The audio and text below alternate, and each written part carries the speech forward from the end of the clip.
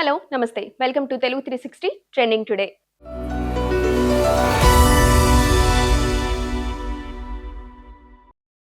విశాఖకు Google data centre రాబోతుందని, త్వరలో దీనిపై ప్రకటన వస్తుందని సీఎం చంద్రబాబు తెలిపారు.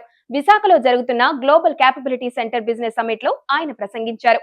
విశాఖలో అద్భుతమైన వాతావరణం ఉంది, శాంతి భద్రతలు పటిష్టంగా ఉన్నాయి, మహిళల భద్రతలో అగ్రస్థానంలో ఉంది అని సీఎం చంద్రబాబు వ్యాఖ్యానించారు.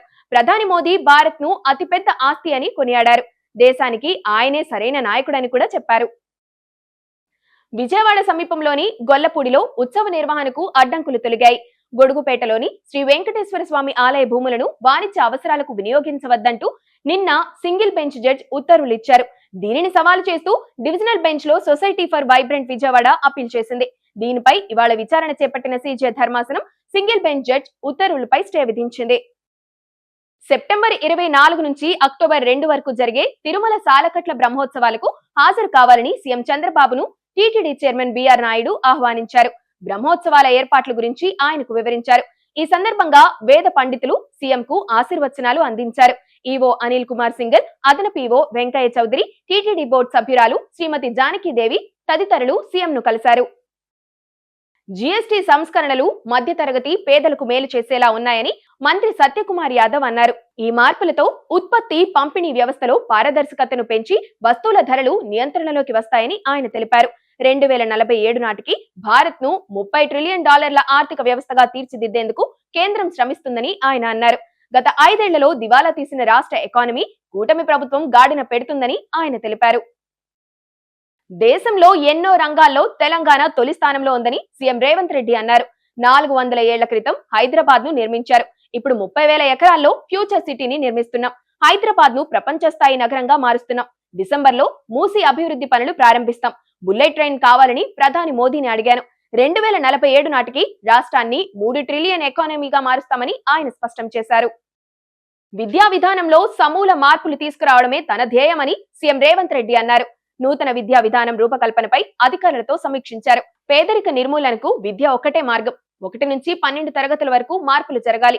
ఎలాంటి నిర్ణయానికైనా నేను సిద్ధం. ఇంజనీరింగ్ విద్యార్థులు ఉద్యోగాలు పొందకపోవడానికి నాణ్యత, నైపుణ్యత కొరవడటమే కారణం. మేధావులు, విద్యాధికుల సూచనలతో కొత్త పాలసీ రూపొందించాలి అని ఆదేశించారు. రాష్ట్ర ప్రభుత్వంపై కాంగ్రెస్ ఎమ్మెల్యే రాజగోపాల్ రెడ్డి మరోసారి సంచలన వ్యాఖ్యలు చేశారు. యువత తలుచుకుంటే సాధించలేనిది లేదు. వారితో పెట్టుకున్న ఏ ప్రభుత్వం నిలబడలేదు. నేపాల్లో అవినీతి ప్రభుత్వాన్ని కూల్చేందుకు యువత పోషించిన పాత్ర ప్రపంచం చూసింది. వారికి దారి చూపించాల్సిన బాధ్యత ఈ ప్రభుత్వంపై ఉంది. 2 లక్షల ఉద్యోగాల హామీని నెరవేర్చాలని డిమాండ్ చేస్తున్నారు అని మీడియాతో వ్యాఖ్యానించారు. మజ్లిస్ పార్టీకి వత్తాసు పలికే వారికి ప్రజలే బుద్ధి చెబుతారని కేంద్ర మంత్రి కిషన్ రెడ్డి అన్నారు. ఓట్ల కోసం చరిత్రను వక్రీకరించి విమోచన దినోత్సవానికి అనేక పేర్లు పెడుతున్నారని మండిపడ్డారు. ఎంఐఎం పార్టీకి భయపడి వాస్తవాలను తొక్కి పెడుతున్నారని ఫైర్ అయ్యారు. 3 ఏళ్ల తర్వాత తాము అధికారంలోకి వచ్చాక ప్రతి గ్రామంలో ఘనంగా విమోచన వేడుకలు నిర్వహిస్తామని ధీమా వ్యక్తం చేశారు. సర్దార్ వల్లభాయ్ పటేల్ లేకపోతే తెలంగాణకు విముక్తి కలిగేది కాదని కేంద్ర మంత్రి బండి సంజయ్ అన్నారు. భారత్ లో తెలంగాణ విలీనం కాకుంటే మరో పాక్, శ్రీలంక, బంగ్లాదేశ్ లో ఆకలి కేకలతో కల్లోల దేశంగా మారేది. జలియన్ వాలాబాగ్ ను మించి పరకాల, బైరన్పల్లి, గుండ్రాంపల్లిలో రజకార్లు రక్తపాతం సృష్టించారు. ఈ దురాగతాలను చరిత్రకారులు విస్మరించారు. రాష్ట్ర ప్రభుత్వం విమోచన ఉత్సవాలను నిర్వహించాలి అని ఆయన డిమాండ్ చేశారు. రాష్ట్రంలోని 323 ప్రైవేట్ ఆసుపత్రుల్లో అర్ధరాత్రి నుంచి ఆరోగ్యశ్రీ సేవలు నిలిపేస్తున్నట్లు తనహా అధ్యక్షుడు డాక్టర్ వద్దిరాజు రాకేష్ తెలిపారు. ఆగస్టు నుంచి బకాయిలు చెల్లించాలని ప్రభుత్వాన్ని కోరినా ఎటువంటి స్పందన లేదని ఆయన చెప్పుకొచ్చారు. ప్రజలకు ఆరోగ్యం అందిస్తున్న ఆసుపత్రులు అనారోగ్యం బారిన పడుతున్నాయని వాపోయారు.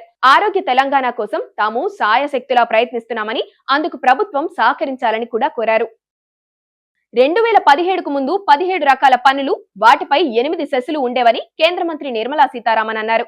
అన్నింటినీ కలిపి ఒకే పన్ను 4 స్లాబులుగా తీసుకొచ్చిందే జీఎస్టీ. 2017కు ముందు సబ్బు ధర ఒక్కో రాష్ట్రంలో ఒక్కోలా ఉండేది. అప్పుడు 65 లక్షల మంది పన్ను చెల్లించేవారుండగా ప్రస్తుతం 1,51,00,000 మందికి చేరారు. 2018లో జీఎస్టీ ద్వారా 7,19,00,000 ఆదాయం వస్తే 2025 నాటికి 22,87,00,000 వరకు చేరిందని ఆమె తెలిపారు. ప్రధాని నరేంద్ర మోదీ బయోపిక్ రూపొందుతుంది. దీనికి మా వందే టైటిల్ ను ఖరారు చేస్తూ మేకర్స్ పోస్టర్ రిలీజ్ చేశారు. ఈ సినిమాను క్రాంతి కుమార్ సిహెచ్ తెరకెక్కిస్తున్నారు. ఈ మూవీలో ఉన్ని ముకుందన్ లీడ్ రోల్ లో కనిపిస్తారు. పోస్టర్ పై మోదీ సంతకం చేస్తున్నట్లు ఉన్న ఫోటో ఉండగా ఎన్నో పోరాటాల కన్నా తల్లి సంకల్ప బలం గొప్పది అని మోదీ చెప్పిన మాటలను ముద్రించారు. పహల్గాం దాడికి ప్రతీకారంగా చేపట్టిన ఆపరేషన్ సింధూర్ విజయవంతమైందని ప్రధాని మోదీ అన్నారు. అనుదాడుల బెదిరింపులకు నవభారత్ భయపడదని స్పష్టం చేశారు. మధ్యప్రదేశ్ లో స్వస్థనారి స్వస్తిక్ పరివార్ అభియాన్ కార్యక్రమాన్ని ఆయన ప్రారంభించారు. నిజాం ఆకృత్యాల నుంచి హైదరాబాద్ సంస్థానానికి ఇదే రోజు విముక్తి లభించిందని గుర్తు చేశారు. సర్దార్ వల్లభాయ్ పటేల్ ధైర్య సాహసాలు ప్రదర్శించి భారత్ లో విలీనం చేశారని చెప్పుకొచ్చారు. ఆస్ట్రేలియాతో జరుగుతున్న రెండో వన్డేలో భారత స్టార్ ఓపెనర్ స్మృతి మందన సెంచరీతో చెలరేగారు. 77 బంతుల్లో 12 ఫోర్లు 4 సిక్సర్లతో శతకం బాదారు. దీంతో ఇండియా తరపున రెండో ఫాస్టెస్ట్ సెంచరీ చేశారు. తొలి ఫాస్టెస్ట్ సెంచరీ కూడా ఆమె పేరిటే ఉండటం విశేషం.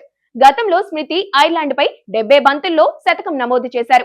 టాస్ ఓడి బ్యాటింగ్ కు దిగిన ఇండియా టీం 32 ఓవర్లలో 191/3 రన్స్ చేసింది. క్రీజ్ లో స్మృతి, దీప్తి శర్మ ఉన్నారు. తమిళ సినిమా కిస్ తెలుగు ట్రైలర్ లో తన పాత్రకు వేరే వాళ్లతో డబ్బింగ్ చెప్పించడంపై కమిడియన్ వీటివి గణేష్ అభ్యంతరం తెలిపారు. నా కెరీర్ నాశనం చేయొద్దు ప్లీజ్, తెలుగు నాకు మెయిన్, నేనే డబ్బింగ్ చెప్తా అని ఆయన ఫోన్ లో డైరెక్టర్ తో వాదిస్తున్న వీడియో వైరల్ అవుతుంది. బీస్ట్ సినిమాలో చెప్పిన ఒక్క డైలాగ్ తో తనకు టాలీవుడ్ లో వరుస అవకాశాలు వస్తున్నాయని, ప్రస్తుతం 8 సినిమాలు చేస్తున్నట్లు గణేష్ చెప్పుకొచ్చారు.